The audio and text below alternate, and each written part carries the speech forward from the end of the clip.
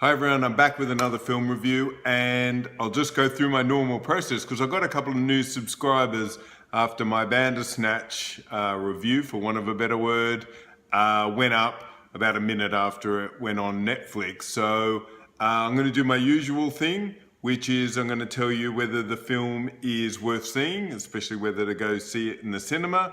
Then I'll have a break, I'll talk about the film, and then I'll have another break and we'll talk in spoilers.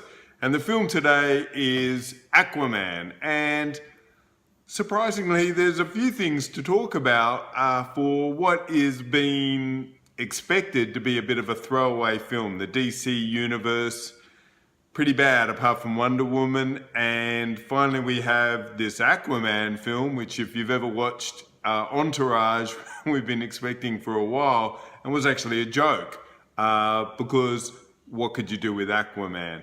And finally it's come out, and I want to say to you that this is really fun.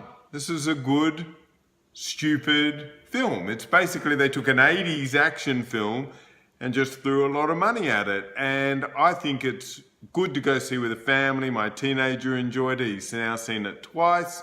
I saw it with big family group on Boxing Day, and it was a lot of fun. So I think it is worth seeing. It's a big film, so you might as well go to the theater. Okay, come back and we'll have a bit of a chat. Bye. Okay, so Aquaman, it was actually filmed in Australia on the Gold Coast and filmed by an Australian. James Wan started off in indie films and then got to a little film called Saw, which I think for a little while was the most profitable film made after Blair Witch. And he has gone on from strength to strength. You probably know him from the Conjuring universe. And Patrick Wilson is in this film. That's like his lucky totem. He's in every film now. And he did Fast and Furious 7, kind of showed that he could direct big action films. And now he's done Aquaman. I think he's actually pretty good. I mean, it's a bit of a poison chalice because you've just got tons and tons of this ridiculous green screen, but God, it's purple screen all the way in this one. And this is what I've been telling people. People are going, oh, should I go see Aquaman? And I go, look, most people would enjoy it. But there's a scene in the trailer early on in which seahorses in battle harness come up against sharks in armor. And the seahorse is Winnie, which I thought was kind of hilariously stupid. And I said, either you want to see what happens when seahorses battle with sharks. If you do, watch Aquaman. If you don't, this is not for you. You got to get out and get out early. It goes for 2.5 hours.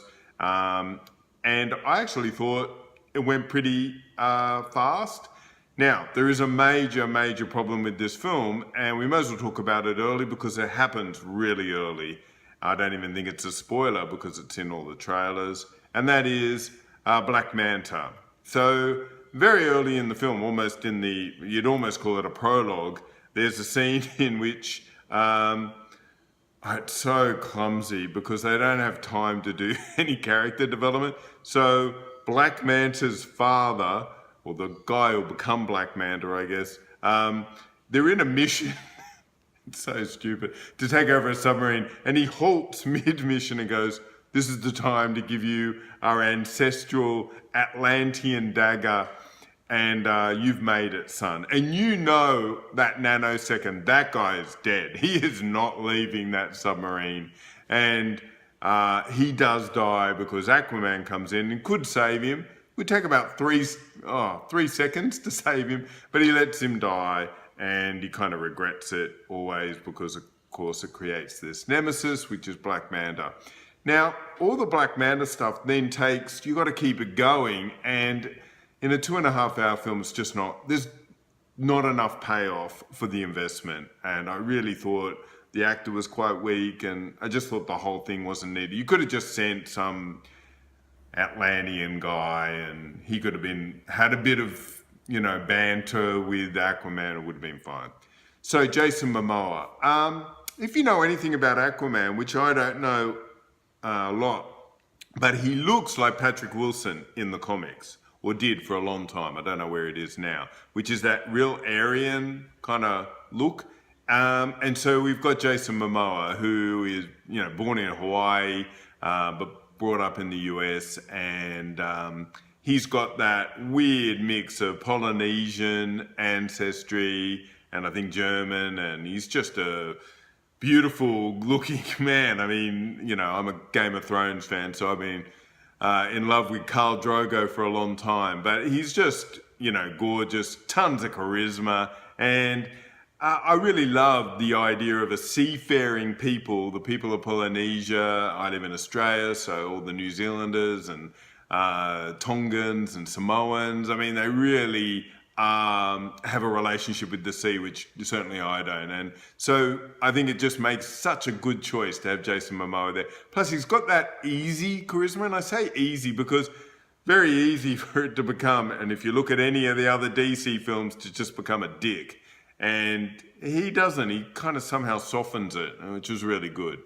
Amber Heard. Now, Amber Heard has made, she must have made 25 films. I don't think I've actually even seen any films. She's always on the periphery of my movie watching. And she's just, absolutely beautiful. And actually does pretty well with kind of a thankless role as Mira. Then you have quite a good supporting cast. I mean, when you got Willem Dafoe as the kind of Yoda, he does pretty well. You've got Nicole Kidman, kicking ass very early on, which you kind of don't expect. It's a little bit, Nicole Kidman's not that much older than Jason Momoa. She's only about 10 years older. And it's hard to tell because, of course, her face has been immobile for about a decade now. So you can't tell what age she is. Generally, the cast does really well in a film in which you kind of know essentially what's going to happen from the beginning. The green screen stuff kind of works not too bad. And the reason why I think is because it's underwater. And so it's not a world that we've had explored. Although I think it's going to be one of these things. When Avatar 2 comes out, which the rumor is it's all underwater, I think we'll look at this as a joke because probably James Cameron will, invent a way to live underwater just so he can film it. This is a fun film. It works well as an action film. It's basically the best King Arthur film we've had for a long time because the trope is complete. I mean, he's even called Arthur Curry. It takes the sword out of the, there's a scene which is very reminiscent of it. This is really, if you took cheesy 80s action film, I forgot, Dolph Lundgren's even in it. I mean, if you put Dolph Lundgren in a film, as we saw with Creed 2, it automatically goes to the next level. This is just a fun film and worth seeing. But we must talk about, I don't know, this is very odd. They can make a whole screen look like you're fighting whatever and sharks and stuff. No one can do a wig? I don't understand this. The wigs are shockingly bad in this, and you kind of just have to accept it and then move on. But I don't know, maybe it's just wigs, maybe you just can't do fake human hair. It's the last bastion of film, but they're really, really bad. Look, we'll go to spoilers because I've got a few things to talk about. They're not even really spoilers, but then I can talk free. Okay, bye. We're in spoilers, but God, if you need a spoiler for Aquaman, you're in a bit of trouble because, of course, the hero is going to succeed. I guess the one spoiler is there is a mid-credit stinger. It's, it's kind of it's more Black Manta, which, James Wan is a horror director. What happens to Black Manta in Sicily? No one's surviving that. Anyway, he somehow survives. It's a bit of a throwaway. Look, when you used to watch Entourage and they talked about James Cameron making Aquaman, the reason why they chose that was it was a joke. Aquaman was considered the worst superhero in the kind of pantheon of superheroes. And the joke always was, whenever you saw a meme, was, hey guys, like he'd be with Justice League or something, and he'd go, yeah, let's get those bad guys. Can we, hey, why don't we fight near the harbor?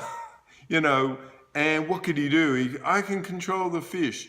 Now, if you think about it, and they show it in the film, if you control the biomass of the complete ocean, it's actually pretty powerful. And they've given him a couple of little tricks and stuff, and nearly everyone's got an ability. Like Mira's kind of telepathic, can kind of shape water. It's pretty good power. So they have made it a lot more fun. The tone is uneven. You'll have one good scene, one bad scene. Is it a comedy? Is it a thing? It's not as successful as like Thor Ragnarok, but I think it does a pretty good job. And you know what? Compared to the DC films, especially the Superman films, at least this guy's a hero and he knows he's a hero. He's making choices which mean that he is helping people. And I think, Patrick Wilson is interesting as, the bad guy who's saying everyone on the surface is destroying the oceans, which they are. So I thought that was pretty good. The best scene by far for me, being an H.P. Lovecraft fan, if you've seen any of my other videos, I even did one which I talk about the history of the Cthulhu mythos, is very early on in the film there's a book in the Lighthouse Keepers, which is the Dunwich Horror, which, note to the people who make Aquaman, Dunwich Horror might be the only book in which H.P. Lovecraft doesn't talk about the ocean. It's a stupid choice. Why it wasn't Call of Cthulhu or something like that, in which it's based on the coast of Massachusetts, I don't understand. It's kind of really stupid. But anyway, it gives a tip of the hat. And then the best scene of the whole film is later on James Wan wants to show these different creatures, and they're obviously deep ones from Cthulhu. And Aquaman and Mira have to go down to this kind of weird trench, and they take a flare because it scares off these creatures, and they're surrounded by deep ones. And I thought that was really beautifully done.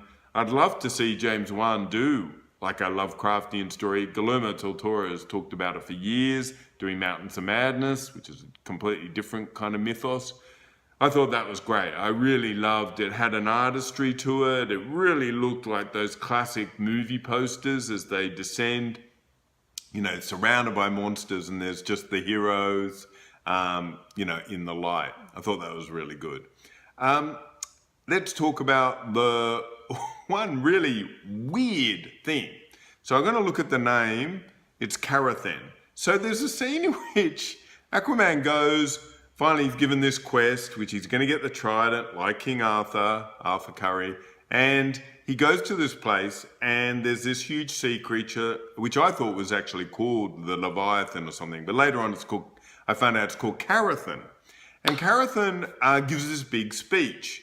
And basically it's a racist sea monster, which is kind of weird because it says you're a half-breed and why are you down here and all that. But the weird thing is he gives a huge monologue voiced by Julie Andrews, who's not in Mary Poppins Returns. So she chose, I don't want to go to Mary Poppins, but I'd like to play a racist sea monster. I know, it's very odd. And she gives this huge monologue, and there's all these bodies where all the other champions kind of tried to take her on and she killed them or whatever. And Nicole Kidman has taken her on a few times. But she gives this huge monologue, and Aquaman then goes, oh yeah, I get it. I can hear you. And she's in shock that he can hear her. So, I don't know, she'd been given this speech all these other times, no one could hear her. She just kept doing it. It's kind of weird because, of course, the big thing for Aquaman is somehow, because he's got human and Atlantean blood, he can communicate with all sea life. And so he's the first one to do it.